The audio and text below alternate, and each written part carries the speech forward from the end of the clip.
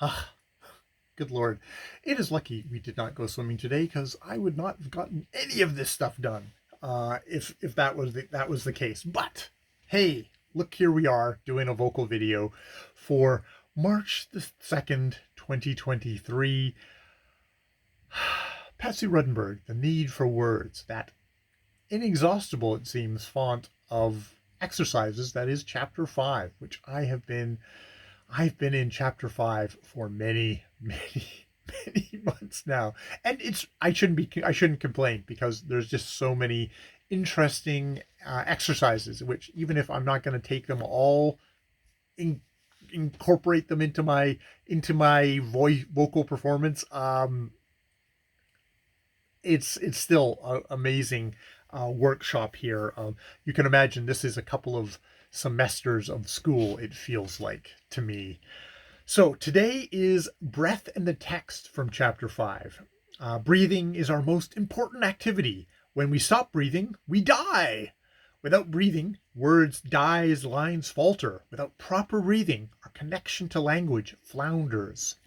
Breath not only powers the voice, but contains our emotions. To feel healthy, we must breathe fully.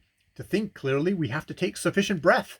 Just to ascend a flight of stairs, okay, we're getting things. A liberating text may sound frustrating and mediocre when spoken by a speaker who cannot breathe. And indeed, so she goes through a lot of stuff. These are blocks. She calling them blocks in breathing and in speaking prevent a text's fine intensity, rhythm, and pacing from being realized. In an ideal speaking world, the breath should be organic to the text and unconscious for the speaker. You should be breathing with the text and for it. For this to happen, the breath system has to be free, flexible, and muscular. See a simple voice workout on page 81. If this freedom is achieved, then a speaker can automatically respond to the writer's breath patterns, pace, and rhythm. And probably if they don't have that, then a speaker will notice that very quickly, or maybe if if a writer is as demanding very high levels of breath control, somebody who's a beginner will also notice that and possibly falter with that. I'm trying to synopsize because we have a lot of text in this one. Here are some exercises to shift breath patterns and unearth some other ways of breathing through a text. Again, the trick you must play on yourself is to do an exercise and, before you have time to think, go back into the text and speak it again on full voice. Then you will find you breathe the text differently. The basic exercise here is to allow yourself to run out of breath before speaking a speech. When the body needs breath, it will breathe of its own accord and bypass our will. So after you have run and got slightly breathless, start to speak a speech. Sometimes you will suddenly discover the organic spaces in a text. Your holds on the text will disappear, and you will touch a deeper meaning of feeling the text as well as thinking it. I often think that messenger speeches in Greek tragedy and Elizabethan drama, where the message must be spoken above and past fatigue, work best for this exercise. Try this portion of the speech of the weary, bloody captain who reports to King Duncan in the opening moments of Macbeth. All right, so let me pause and do some jumping jacks or something like that to try and get a little bit breathless. Luckily, I'm not that much in shape, so it shouldn't be that hard. All right. 80 jumping jacks. King Duncan, dismayed, not this our captain, Macbeth or Banquo. Captain, yes, as sparrows, eagles, or the hare, the lion, I say sooth, I must report they were as cannons overcharged with double cracks, so they doubly rebounded strokes upon the foe, except they meant to be bathing in reeking wounds, or memorize another Golgotha. I cannot tell, but am faint. My gashes cry for help. All right. Well, that's interesting. Extend the breath and shift any short breath patterns by breathing in and speaking as far as you can go on one breath. Recover the breath and start again. Go through the whole speech like this. Ignore punctuation and line lengths and just rely on free, deep breath without any holds or blocks. Be inspired by the message, not the grammar. Breathe in and speak, marking your own pauses naturally. Everything should stay very fluent. This exercise is particularly good for texts that have long thought processes. Contemporary speakers can break up the sense of a very long thought by matching the short thought breaths to texts that need long breaths, stacking up and elongating the extending thinking patterns. You will begin to sense a longer arc of thought and, as the breath frees, feel the power of fuller ideas. Now deliberately over-breathe a text. That is, break up all those long thoughts by taking too many breaths. The rhythm now becomes choppy and asthmatic. Experience how that interferes with the text sense. You will probably be taking short, shallow breaths that will cut you off from the text's emotional power. You will need to breathe suddenly. Your need to breathe suddenly overpowers your need to speak the words.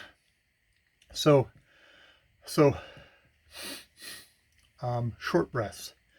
King Duncan, dismayed? Not this. Not this, our captains, Macbeth and Banquo? Captain, yes, as sparrows, eagles, or the hare, the lion. If I say sooth, I must report they were as cannons overcharged with double cracks. So they doubly doubled strokes upon the foe, except they meant to bathe in reeking wounds, or memorize another Golgotha. I cannot tell, but I am faint. My gashes cry for help. So yeah, that was a lot more. That was a lot more choppy. Where am I at? Okay, I'm going to take a breath. Take a sip.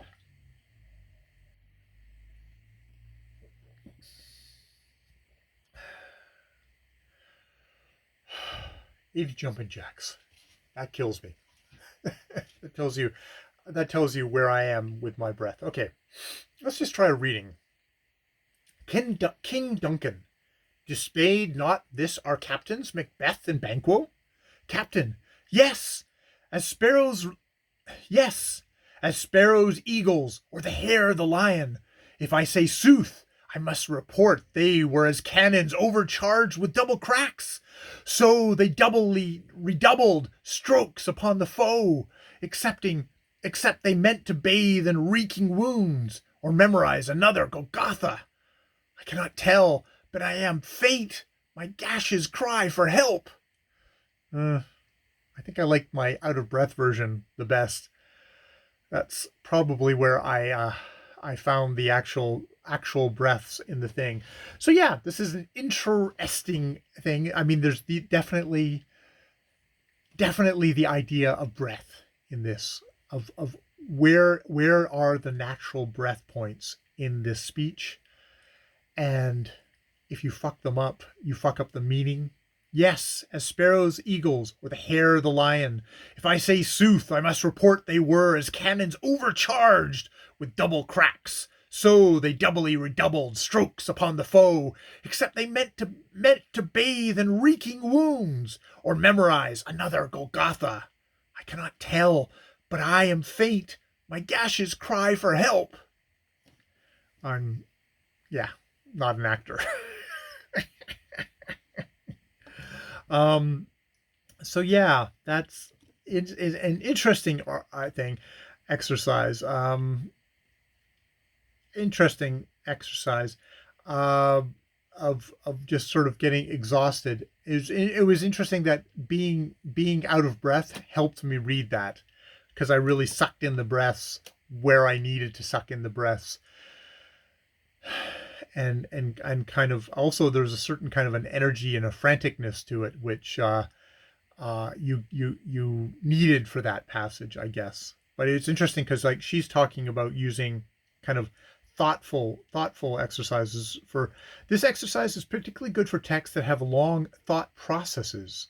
Contemporary speakers can break up the sense of very long thought by matching short thought breaths to texts that need long breaths, stacking up and elongating the extended thinking patterns.